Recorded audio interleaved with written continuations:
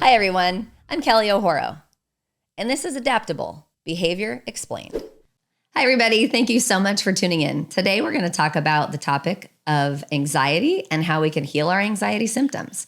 We're going to discuss a powerful therapy modality that's gaining popularity for its effectiveness in not just treating PTSD and other presenting issues, but also anxiety.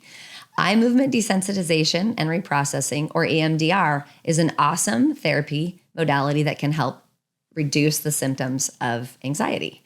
And if this is a topic that you're interested in, please make sure that you like it or share it with someone who might benefit, as well as subscribe to our channel so that you don't miss any future episodes. Let's talk about anxiety. It can indeed be a manifestation of unresolved trauma. So when a person experiences trauma, the nervous system often becomes dysregulated and the body can hold on to this energy as a protective mechanism, sort of waiting for the other shoe to drop, creates this sense that I can control something. And anxiety can show up in a variety of different ways. But this trapped energy can manifest and feels like an overwhelm, exponential amount of energy. And it's essentially the body's attempt to remain in a state of heightened alertness to potential threats. So the body adapts to stimulus by maintaining a state of vigilance or hyperarousal. And it can be exhausting. If you deal with this, you know what I'm talking about. It can also be really overwhelming because we just want it to stop, we want it to go away, and we want to feel better.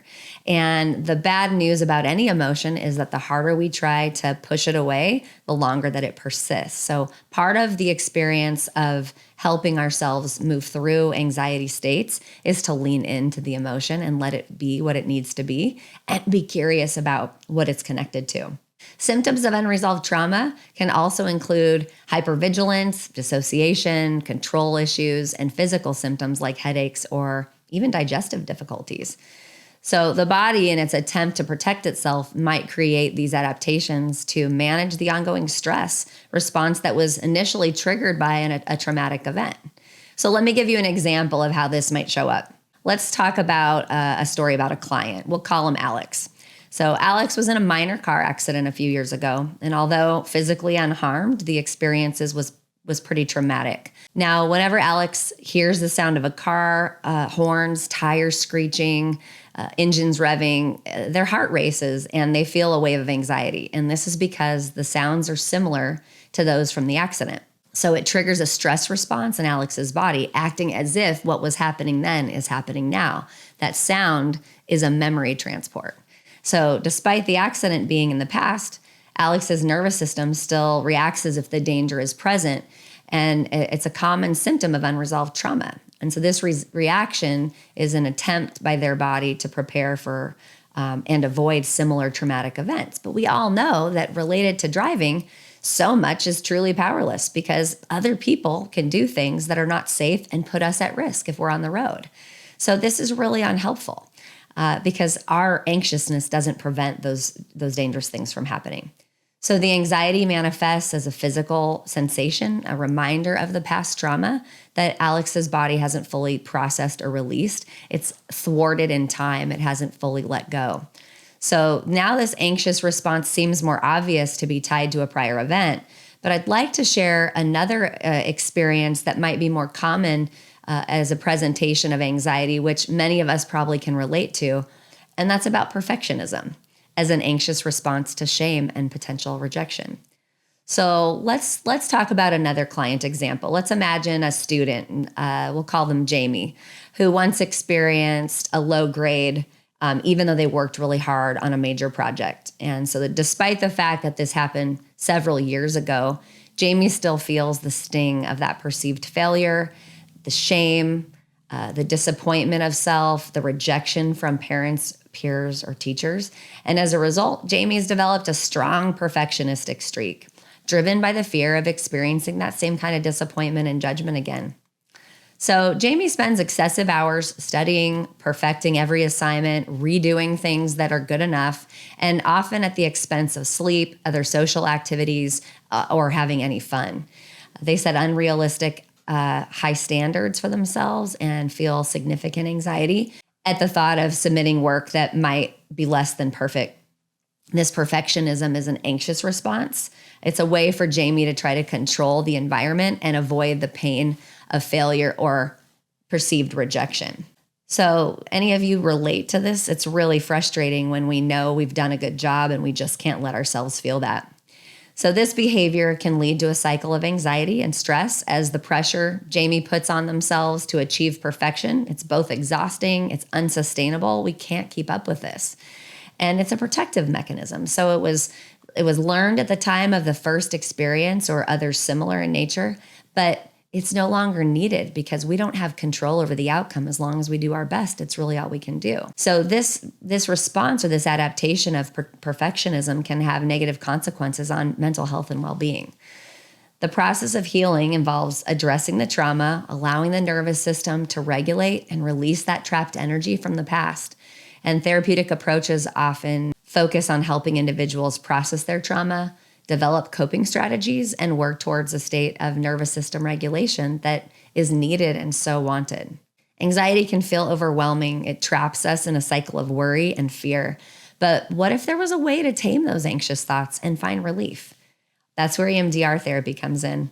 It was developed in the late 80s by psychologist Francine Shapiro. And if you want to learn more about this in depth, you can watch the episodes on what is EMDR, parts 1 and 2.